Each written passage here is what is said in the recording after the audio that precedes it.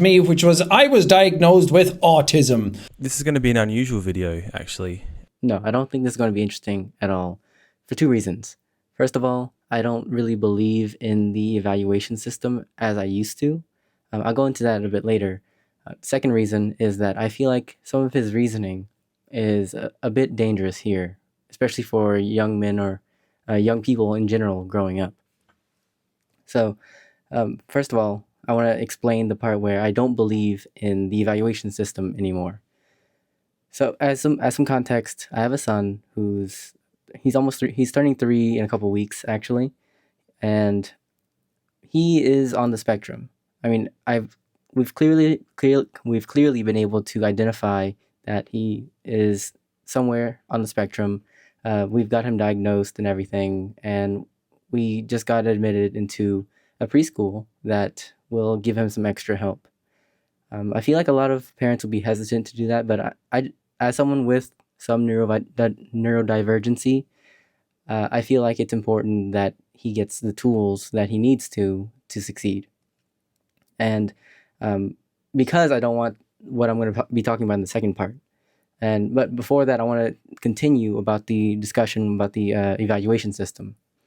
At every point in the system, I'm not going to say I'm the most moral person, but I do genuinely believe my son is on the spectrum from what I have observed of him. But the way that the evaluations worked from beginning to end, I mean, honestly, I could have manipulated every point of the way to have the outcome that I wanted. And I mean, I don't think a lot of people are willing to hear this, or they don't really understand the things that lead up to people being diagnosed, and just take a doctor's word for what it is, I guess. I mean, these systems can be manipulated really easily, and I mean, there's a lot of bias, from my opinion, in the entire process, especially if you're a minor and your parents come in with the preconceived notion that you have ADHD or you have autism or whatever. They can really push for that diagnosis, and I mean, what's the doctor going to do, right? I mean, if a lot of the signs do point there, it's so ambiguous in the first place.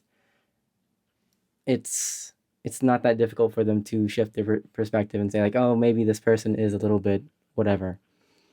And yeah, that leads to the second part here, where I believe Jack's reasoning about, for example, when he said that he can take himself a little bit easier, give himself a little bit more slack in some areas because basically now he identifies as an autistic person. And I think this is the danger here, because I don't think it's meant to be something like an identity that you would want to limit or cap yourself in certain areas because of this identity. Let's say, for example, I took on the identity of a dwarf, and I only was doing dwarven things, right? That would I limit myself from doing human things because I now, I guess, identify as a dwarf? I don't believe that that's the case. I think I should still be shooting for the same things in pretty much every area, with pretty much disregard to what I identify with, like what thought type I identify with, neural type, I guess.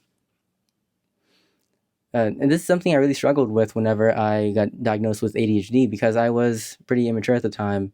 I mean, honestly, I did answer the questions as truthfully as possible, but even then, I mean, if someone really wanted to get a prescription to these ADHD drugs, they could easily just say whatever they want to say on the documents and get the prescription. So, I mean, I take those diagnoses with a grain of sand as well. But yeah, after the diagnosis, I really had trouble not identifying with this condition. It's not even a condition. It's just a way of thinking, a way of being, and I found myself connecting my different activities and things that I do to this ADHD. Whenever I don't want to think like that, then I'm just constraining myself within the bounds of this ADHD world where I am ADHD and that's my go-to excuse for everything. I don't think that's a good way to live. And yeah, that's my rant for today. See you next time.